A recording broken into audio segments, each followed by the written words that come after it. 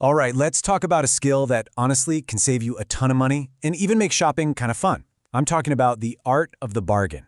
Think of this as your own personal playbook for walking away with a much better price than the one on the sticker. You know the feeling, right? We've all been there. You spot that perfect thing, you're already imagining it in your life, and then you look at the price tag and your wallet just screams. But what if that price tag wasn't the final word? Well, that's exactly what we're going to get into.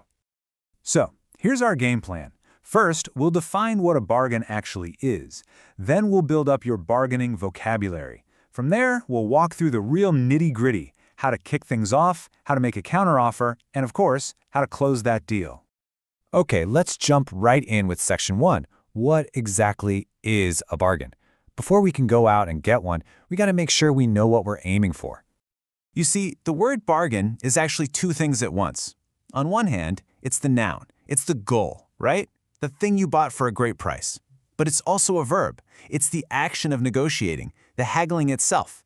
To get the thing, you've got to do the thing. Moving on to section 2, your bargaining vocabulary. Look, with any skill, confidence really starts with just knowing the right words to use. So let's build up that verbal toolkit. First up, price range.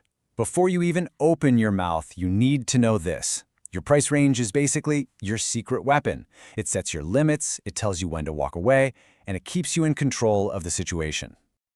Now this is your homework. You can't skip it. When you shop around, you're not just looking for a deal, you're gathering intelligence.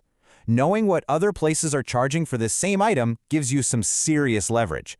It shows the seller you mean business. I love this word because it's so simple but so effective. Saying something is too expensive can sometimes feel a little harsh, but saying it's a bit pricey, that keeps the vibe friendly. It keeps the door open for a conversation. It's a small change in language that makes a big difference. Okay, let's get to the fun part. Section 3, how to actually start negotiating. You've done your research, you know your price range, now it's time to make your move. If you only remember one single phrase from our time together, please make it this one. It's simple, it's polite, and it's pretty much the magic key that unlocks any negotiation. Let's say it again. Can you give me a better deal? It's amazing how much work that one little question does, isn't it? It tells the seller you're serious about buying, it politely challenges the price tag without being aggressive, and it just opens the door to a real conversation. You can also swap deal for price. Can you give me a better price? Works just as well. And here's how you can put those vocabulary words together. You state the problem first. That's a bit out of my price range. And then you immediately offer the solution. Can you give me a better deal? That's the perfect 1-2 punch to get things rolling.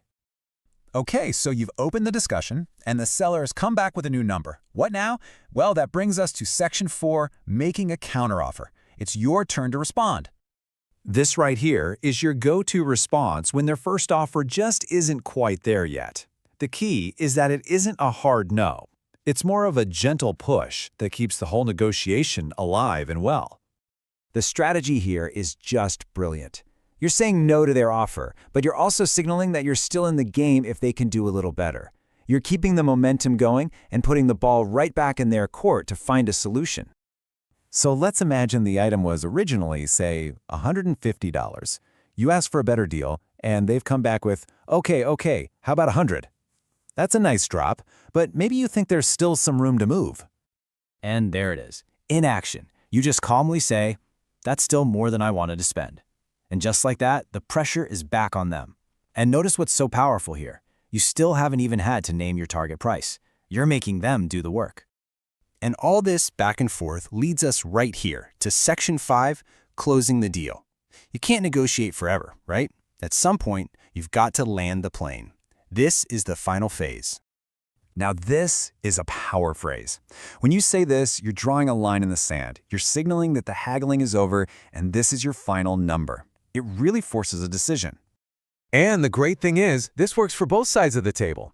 As a buyer, it sets your absolute maximum. As a seller, it sets their absolute minimum. Whenever you hear or say these words, you know you've reached the end game. And then that magic moment happens. The seller accepts your final offer, or their final offer lands inside your price range. And that's it. You shake on it. You've got a deal. You successfully navigated the negotiation and walked away with a real bargain. So, I'll leave you with this to think about. Is bargaining an art, a game, or is it just good business? You know, the answer is probably a little bit of all three. Now go out there and happy bargaining.